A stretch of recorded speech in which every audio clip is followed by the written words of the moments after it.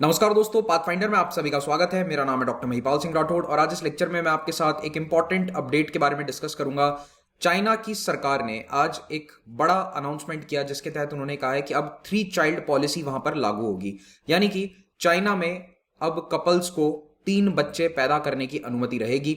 आपको ये ध्यान ही होगा कि चाइना में बहुत दशकों तक 1 चाइल्ड पॉलिसी थी, केवल एक बच्चा पैदा करना अलाउड था एक कपल को। 2016 में उस पॉलिसी को रिलैक्स करके 2 चाइल्ड पॉलिसी कर दिया गया, लेकिन अब 4 साल के बाद ही 5 साल के बाद ही इसमें फिर से बदलाव किया गया है और अब 3 चाइल्ड पॉलिसी लागू कर दी गई है। तो इसके पीछे क्या रीजन है, कौन से डेमोग्राफिक शिफ्ट हैं, क्यों ये अनाउंसमेंट हुआ है, इसको हम जानेंगे आज इस लेक्चर में। ये अनाउंसमेंट चाइना के स्टेट मीडिया पोर्टल्स पर भी कर दिया गया है, लेकिन वहां पर इसके बारे में केवल 1 या 2 लाइन लिखी हुई है आर्टिकल में और कुछ नहीं है। मतलब इस आर्टिकल में केवल ये हेडलाइन थी और नीचे एक लाइन सेम एक ही लिखी हुई है।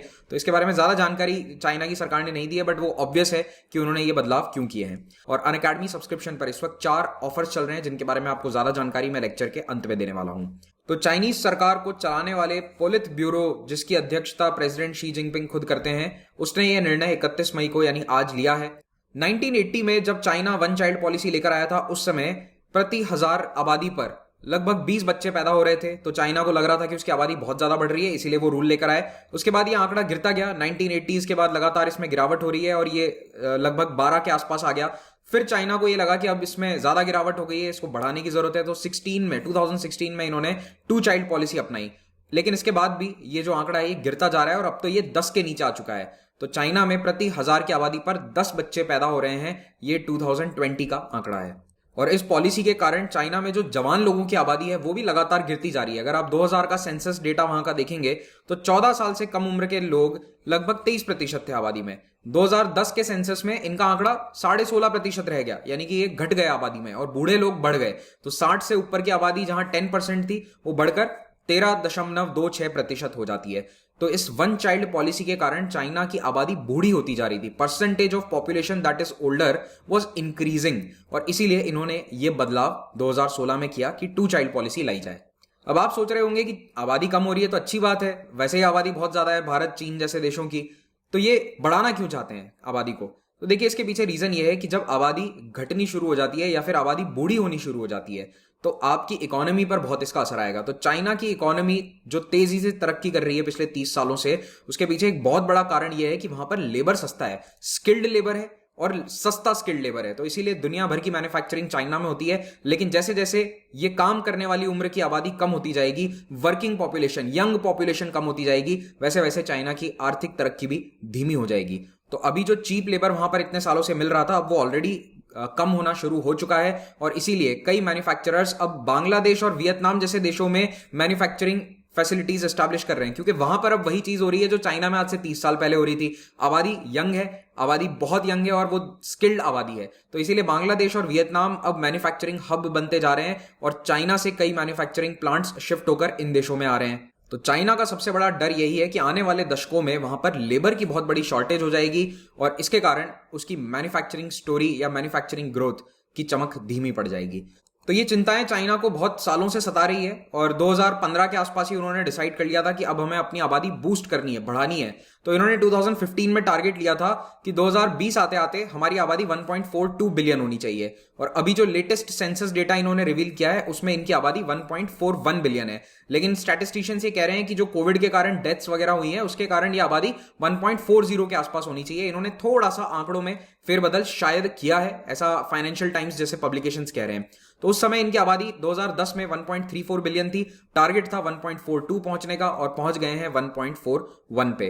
तो ऑन पेपर तो इनका टारगेट अचीव हो गया, आबादी थोड़ी सी बढ़ गई, लेकिन शायद असलियत में आबादी बढ़ी नहीं है। इसीलिए चाइना की सरकार ने सेंसस डेटा के आंकड़े जारी करने के 2 हफ्तों के अंदर अंदर यह अनाउंसमेंट कर दिया है कि अब 2 चाइल्ड की जगह 3 चाइल्ड पॉलिसी होगी। और 2 चाइल्ड पॉलिसी फेल क्यों हुई? क्योंकि चाइना में अब जो यंग कपल्स हैं वो चाहते ही नहीं है कि 2 बच्चे पैदा करें। कॉस्ट ऑफ लिविंग इतना बढ़ चुका है, बच्चों का खर्चा इतना बढ़ चुका है, शहरों में रहने का एक्सपेंस इतना बढ़ चुका है कि लोग अब एक बच्चा करना ही प्रेफर करते हैं। तो जो पहले सरकार ने पॉलिसी के रूप में निर्णय लिया था, अब वो कल्चरल नॉर्म बन चुका है। लोगों की आर्थिक मजबूरी बन चुकी है कि एक ही बच्चा पैदा करें, उसी की परवरिश ढंग से कर लें, वही काफी होगा। तीसरा फैक्टर ये रहा कि कोविड-19 महामारी के दौरान कई दंपत्ति बच्चे पैदा नहीं कर रहे थे, और ये बात चाइना की सरकार के ऑफिशियल आंकड़ों से भी पता चलती है। 2016 में चाइना की सरकार ने बताया कि देश में 18 मिलियन बच्चे पैदा हुए थे, यानी कि 1,80,00,000। वहीं 2020 में ऑफिशियल आंकड़ों के अनुसार 12 मिलियन बच्चे पैदा हुए हैं उस देश में, यानी कि 1,20,00,000। तो आप देख रहे हो कितनी बड़ी गिरावट है 4 सालों के अंदर। तो 15% तक ड्रॉप आया है 2020 में कंपेयर टू 2019। तो ये ड्रामेटिक फॉल जो आया है, इसके कारण भी 3 चाइल्ड पॉलिसी लाई गई है।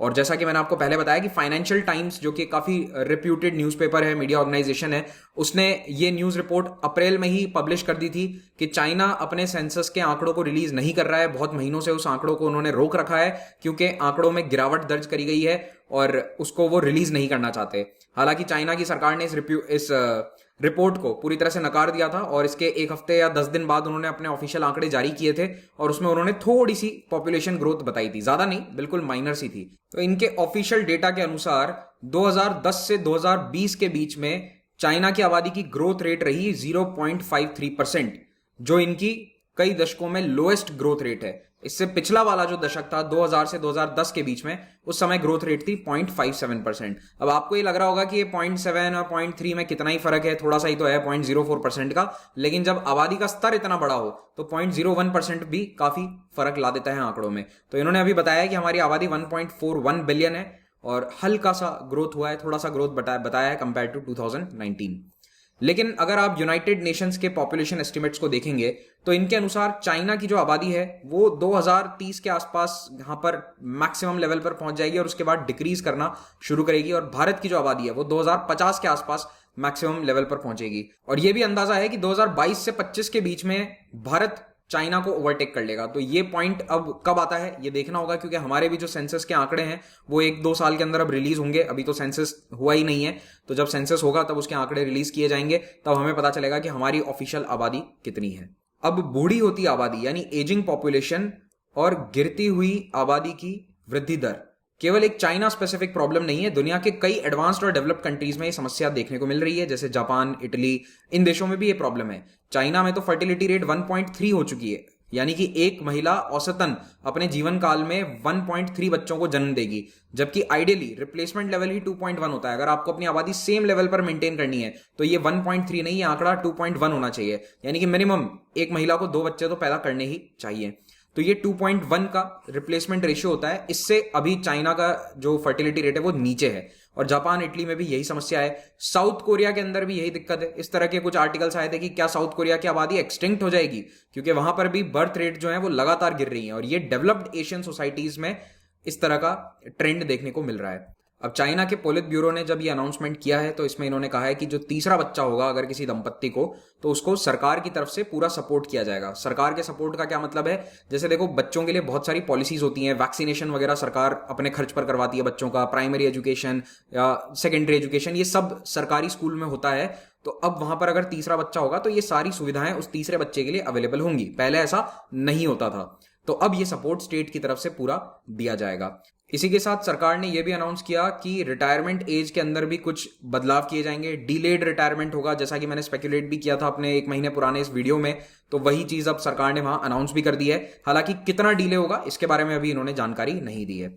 अब चाइना का समाज या चाइना की आबादी इस निर्णय के प्रति क्या रिएक्शन दे रही है, तो रिएक्शन काफी सरप्राइजिंग है। चाइना के जो लोग हैं वो ये कह रहे हैं कि हम तो एक बच्चा करना भी अफोर्ड नहीं कर सकते, उसकी पढ़ाई लिखाई, उसको यूनिवर्सिटी भेजने का खर्चा, वो सब ऑलरेडी हमारे लिए काफी महंगा पड़ रहा है। 2 बच्चे या 3 बच्चे करने की तो हम सोच ही नहीं सकते हैं। तो वहां पर चाइना का जो सोशल मीडिया, जो सीना वीबो उनकी जो वेबसाइट है, जैसे कि यहाँ ट्विटर चलता है वैसे ही वहां पर वीबो नाम की सोशल मीडिया साइट है, वहां पर एक ट्वीट या एक ये स्टेटस काफी पॉपुलर हो रहा है जिसमें ये लिखा गया है कि मैं 3 बच्चे करने को तैयार हूं, अगर सरकार मुझे 5 मिलियन युआन दे दे, यानी कि 5 करोड़ रुपए अगर सरकार दे दे तो मैं 3 बच्चे कर लूंगा, उसका खर्चा उठा लूंगा, मतलब सरकार उसका खर्चा उठा ले तो हम 3 बच्चे कर लेंगे, वरना हम नहीं कर सकते। तो इसी के साथ ये टॉपिक आज समाप्त करते हैं। इसका पीडीएफ आपको इन दोनों ही टेलीग्राम चैनल पर मिल जाएगा, और अनअकैडमी सब्सक्रिप्शन लेने का मैं आपको फायदा बता देता हूं। सबसे पहले तो आप देश के बेस्ट फैकल्टीज के द्वारा लाइव क्लासेस अटेंड कर सकते हैं, और प्रिंटेड नोट्स आपको अभी फ्री मिलेंगे करंट जो ऑफर्स हैं उसके तहत। आपको एक्सटेंडेड वैलिडिटी मिलेगी नेक्स्ट ईयर के प्रीलिम्स तक, और ईएमआई ऑप्शन भी यहाँ पर अवेलेबल है, जिससे कि आप हर महीने एक छोटे से अमाउंट को पे करके अपनी पढ़ाई जारी रख सकते हैं। और 10% डिस्काउंट आपको मिल जाएगा सब्सक्रिप्शन फी पर अगर आप ये कोड इस्तेमाल करते हैं, Mahipal, that is my name, if you use this you get 10% flat discount. तो प्लस और आइकॉनिक दो प्रकार के यहाँ पर सब्सक्रिप्शंस हैं। प्लस में आपको classes, weekly test, unlimited access मिल रहा है, और आइकॉनिक में आपको एक पर्सनल मेंटोर मिलेंगे जो आपको डे टू डे गाइड करेंगे। उसके साथ ही test analysis, expert guidelines, study planner, इस तरह की सुविधाएं भी मिलेंगी। और इन सभी सब्सक्रिप्शंस पर आपको 10% डिस्काउंट मिल जाएगा। तो आपको ये वाली प्राइसेस पे नहीं करनी है, यू हैव टू पे these prices if you use this code. तो यहां पर सब्सक्रिप्शन ज्वाइन करते ही आप बैच ज्वाइन कर सकते हैं। तो 2 जून से बैच शुरू हो रहा है नया, और बाइलिंगुअल हिंदी इंग्लिश तीनों ही माध्यम के बैचेस यहां पर शुरू होते हैं। तो अब आपको सोचने की जरूरत नहीं कि मैं किस टीचर से पढ़ूं, कहां जाऊं, क्या पढ़ूं। You can join a batch और निश्चिंत रहिए, आपका पूरा syllabus time to time manner में एक फिक्स टाइम पर शेड्यूल के अनुसार पूरा करवा दिया जाएगा।